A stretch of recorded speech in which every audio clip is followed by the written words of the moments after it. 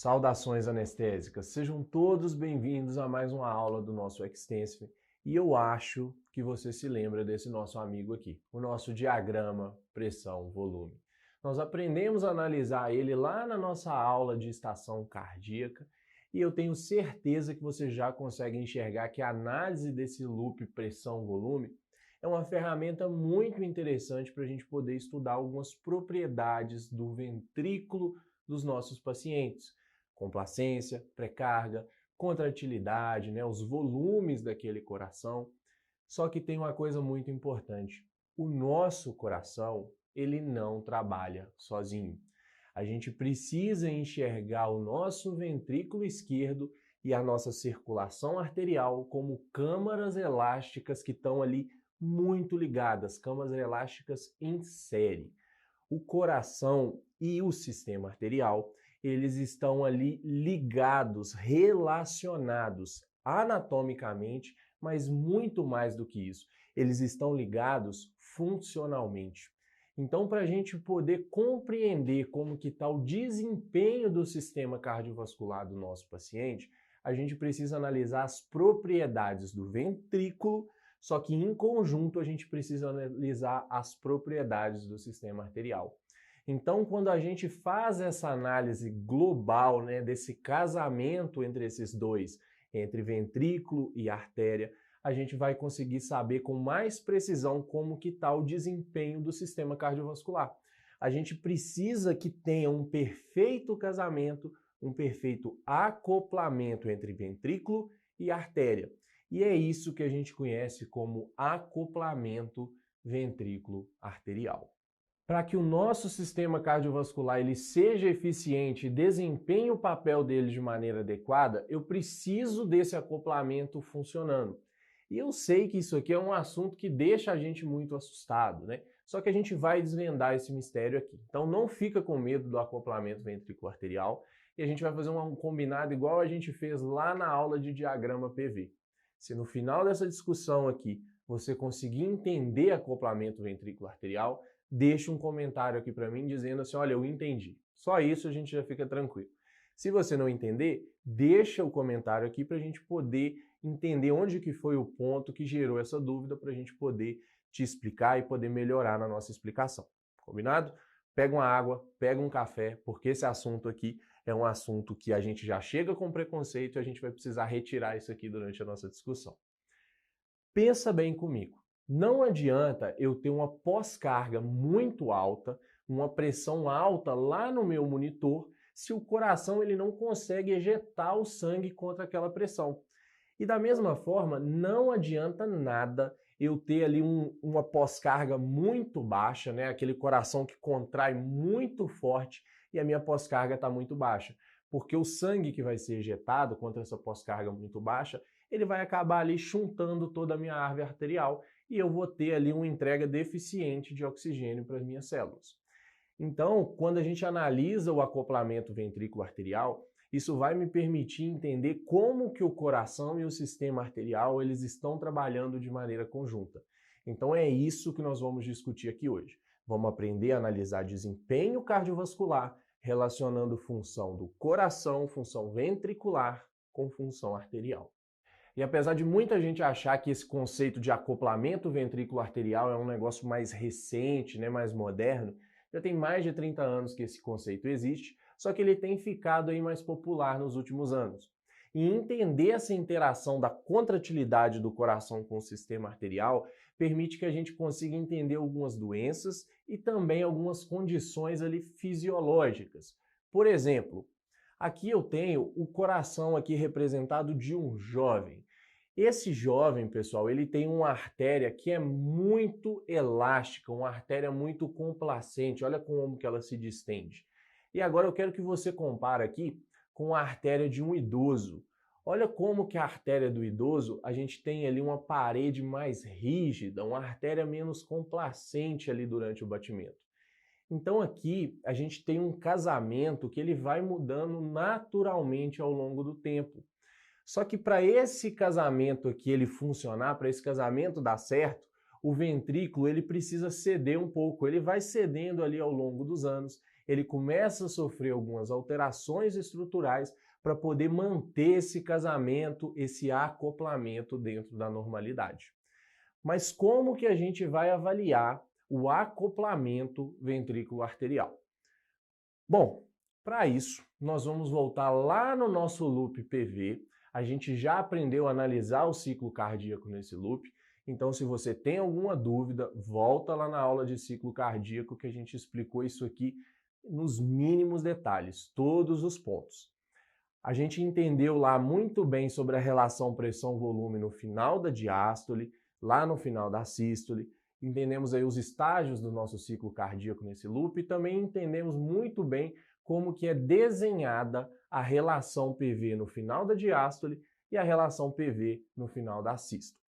Até aqui, nenhuma novidade, né?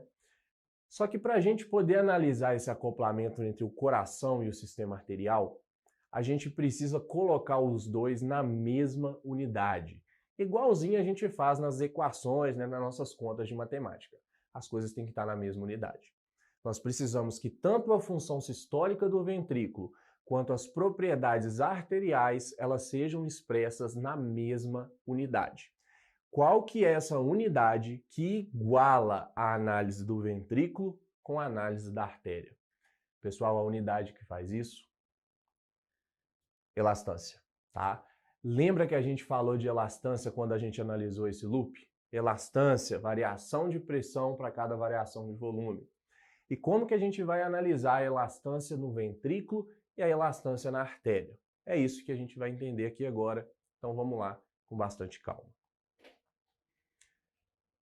Primeira coisa, a gente viu que a inclinação dessa reta aqui em amarelo, que é uma reta que descreve a relação PV no final da sístole, é uma reta que caracteriza a função contrátil do nosso ventrículo.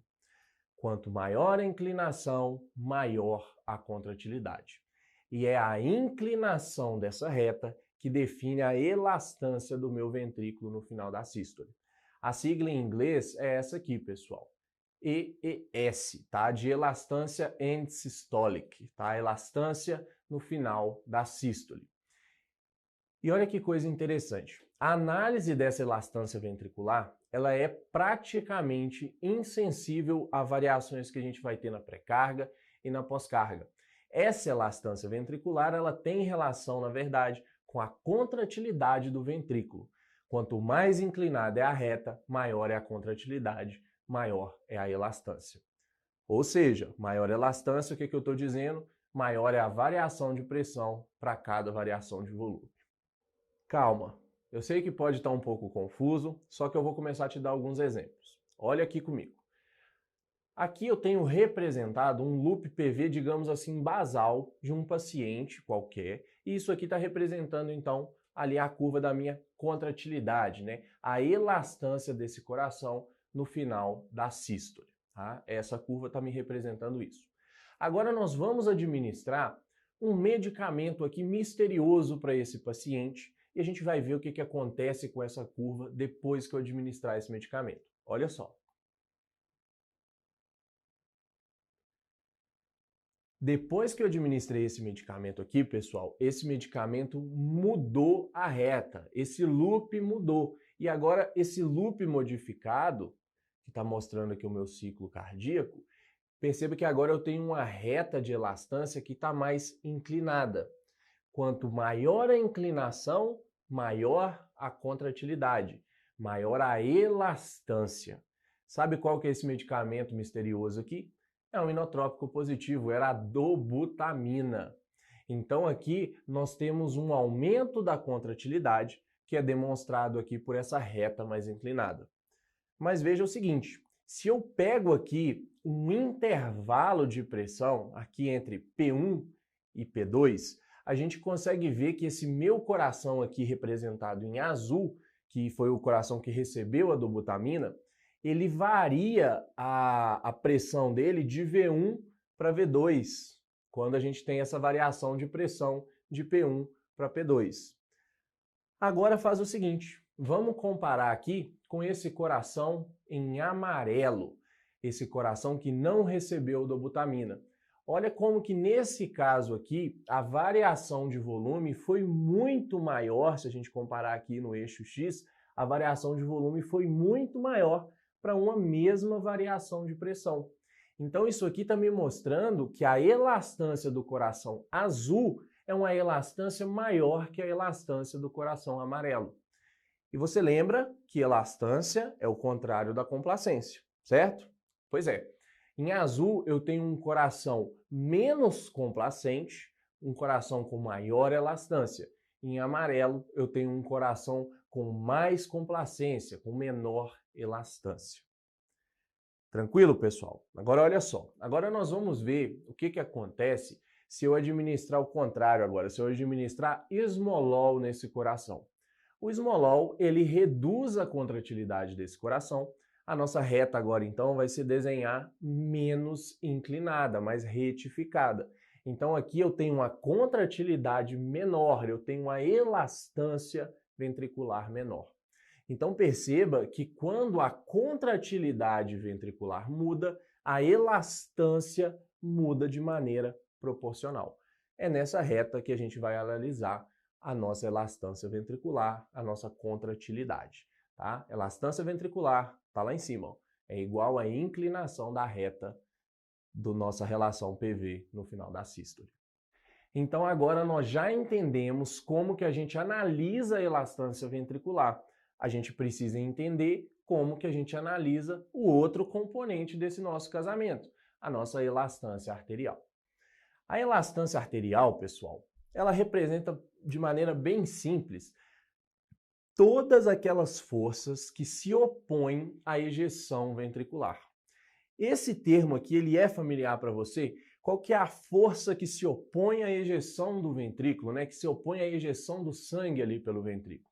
É a nossa pós-carga, pessoal. Então, a elastância arterial é uma medida da pós-carga do nosso ventrículo esquerdo.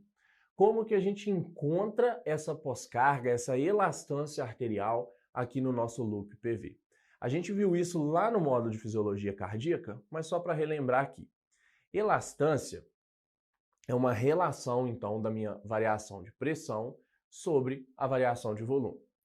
Qual que é essa pressão? É a minha pressão no final da sístole.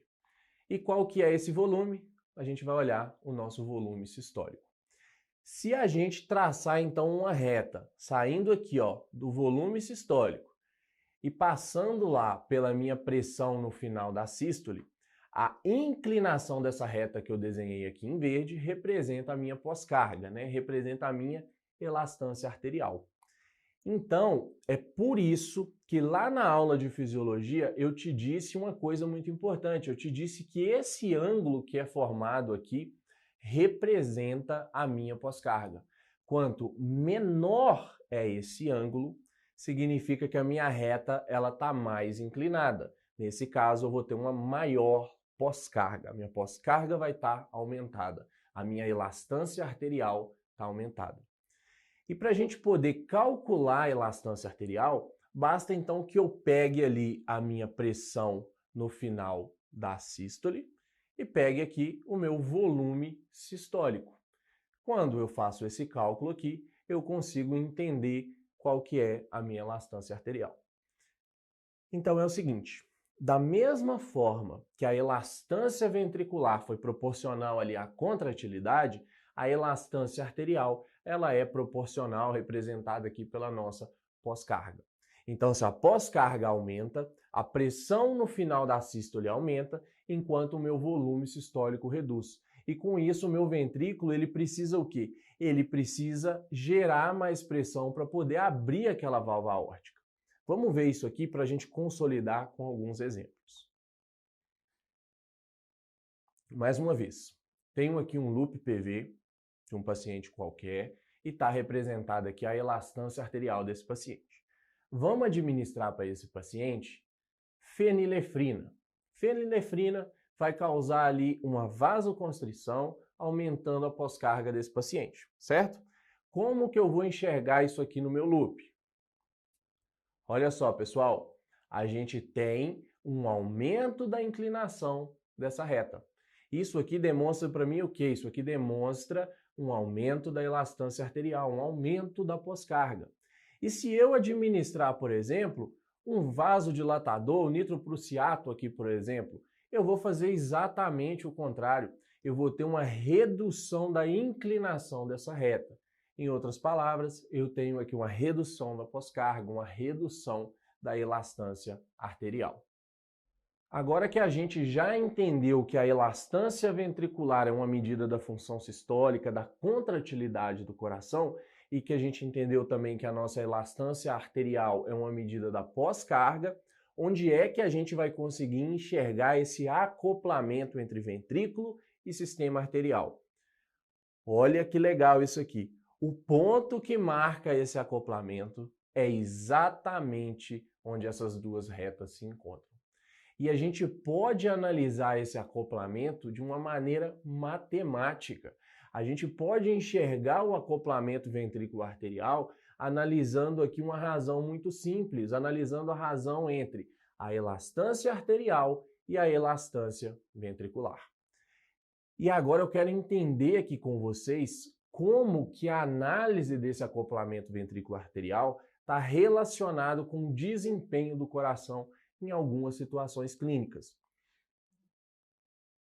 Veja bem, quando a gente bate o olho aqui nesse loop PV, a área que é delimitada por esse loop, a gente vai ter ela representando para nós o chamado trabalho sistólico. Esse trabalho sistólico, o que é esse trabalho sistólico? Ele nada mais é do que uma representação da energia que o meu ventrículo fornece para o meu sistema arterial para que haja fluxo de sangue. Beleza? Agora eu vou desenhar aqui as nossas duas curvas da relação PV, na diástole e na sístole. E agora eu vou extrapolar essas curvas lá para o nosso ponto zero. Por que eu fiz isso aqui? Pessoal, quando eu extrapolei essas curvas aqui, você percebe que eu formei aqui um triângulo. Esse triângulo aqui representa para a gente a energia que o ventrículo perdeu na forma de calor, tá? Representa a nossa energia potencial. Se a gente somar essas duas energias aqui, a energia potencial e o trabalho sistólico, a gente vai formar essa área em verde, que a gente chama de área PV, né? Uma área de pressão por volume. O que essa área PV representa? Essa área PV, ela representa toda a energia mecânica que é gerada durante a sístole, considerando o quê? Considerando a contratilidade do coração naquele batimento e a pós-carga que ele foi submetido. Uma parte dessa energia a gente perde como calor, ali que está representado ali naquele nosso triângulo.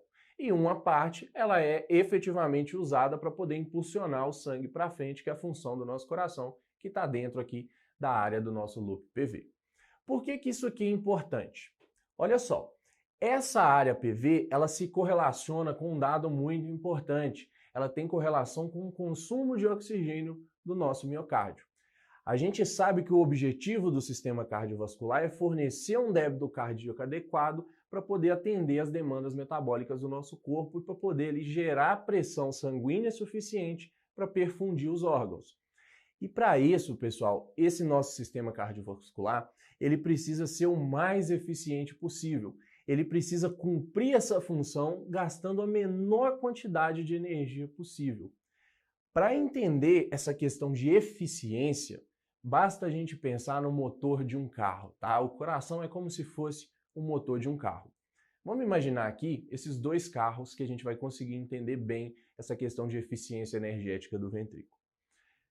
Nesse primeiro carro da esquerda, o carro A, eu coloquei aqui 1 litro de gasolina e esse carro ele consegue andar 10 quilômetros com esse 1 litro de gasolina.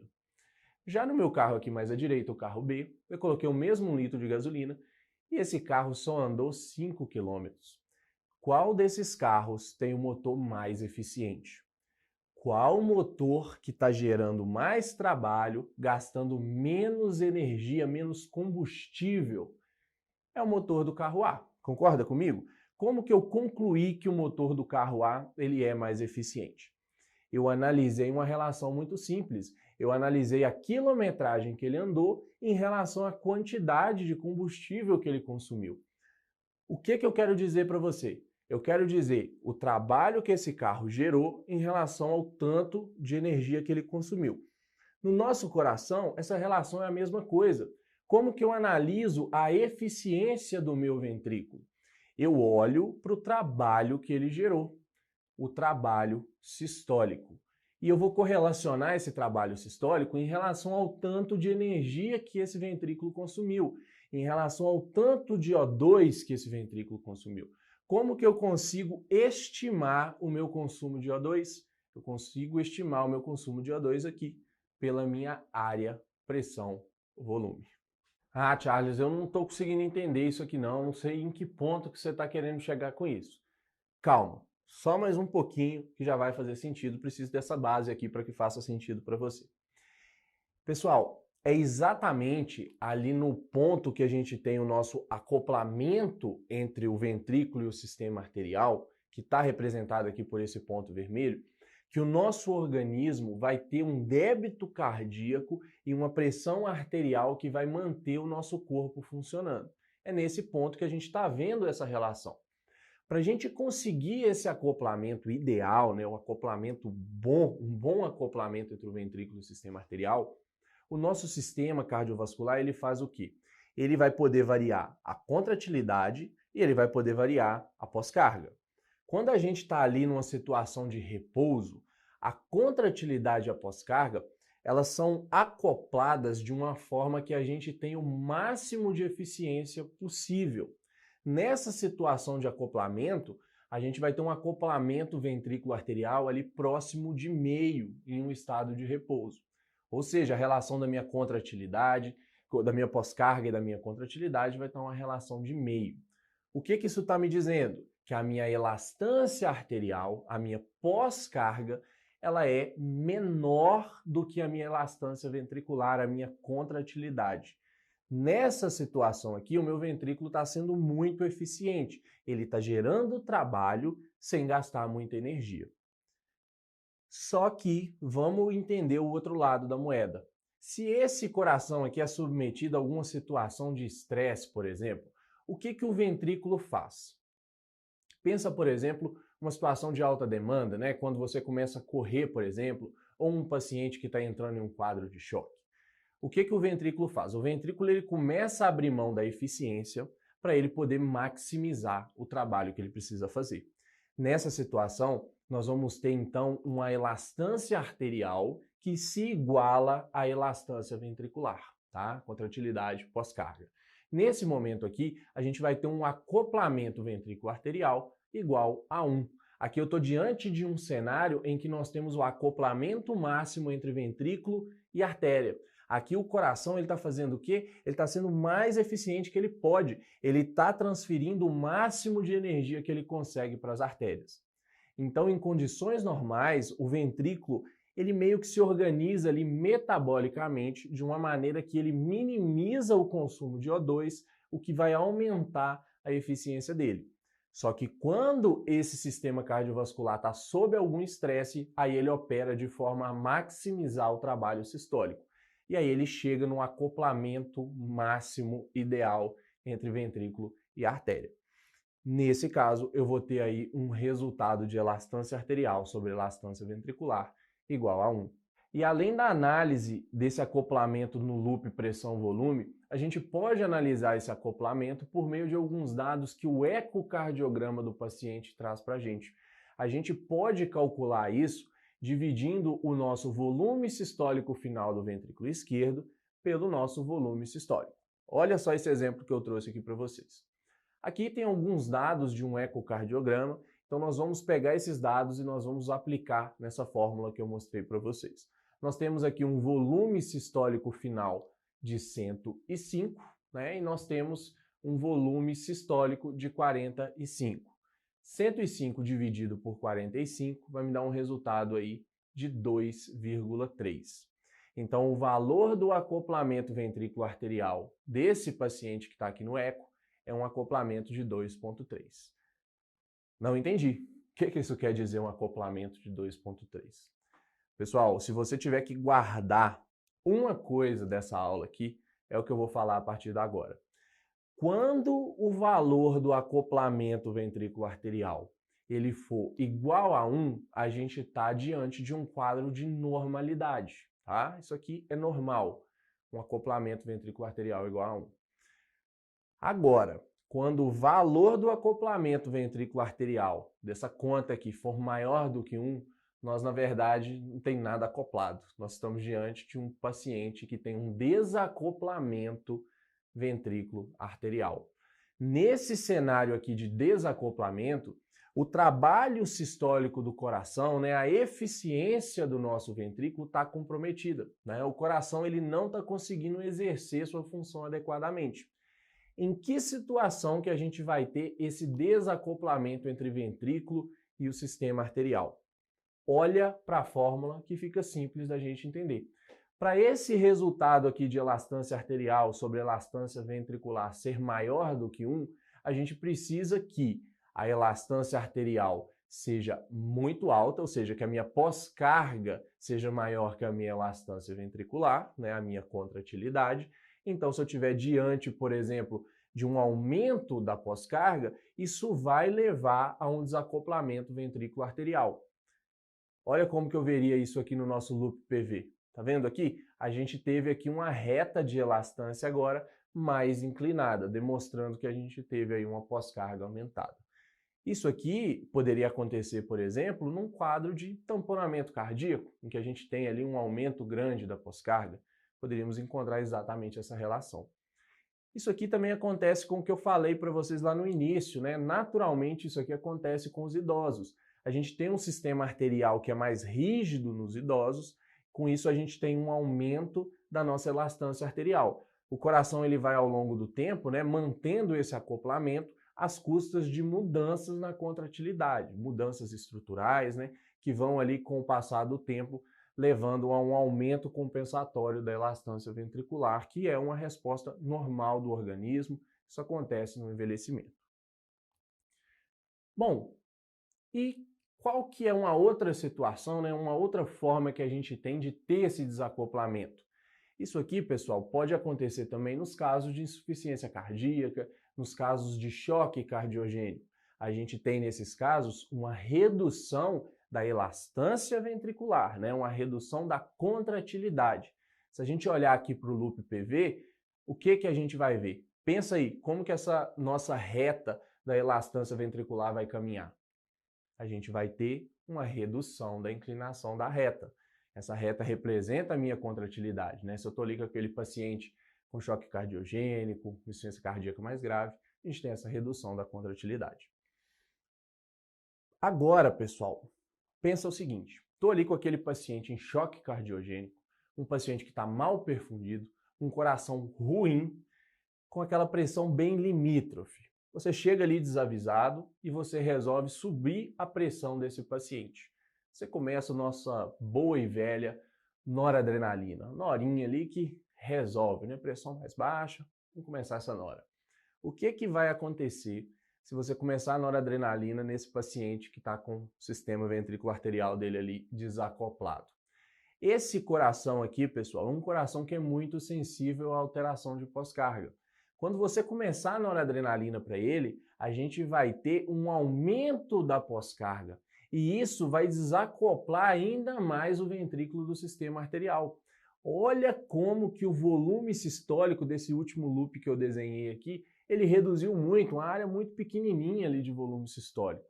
Então a gente piorou esse paciente. O que deveria ter sido feito nesse caso para a gente tentar acoplar novamente esse coração no sistema arterial? A gente deveria, na verdade, ter reduzido a pós-carga, Por exemplo, com um vasodilatador.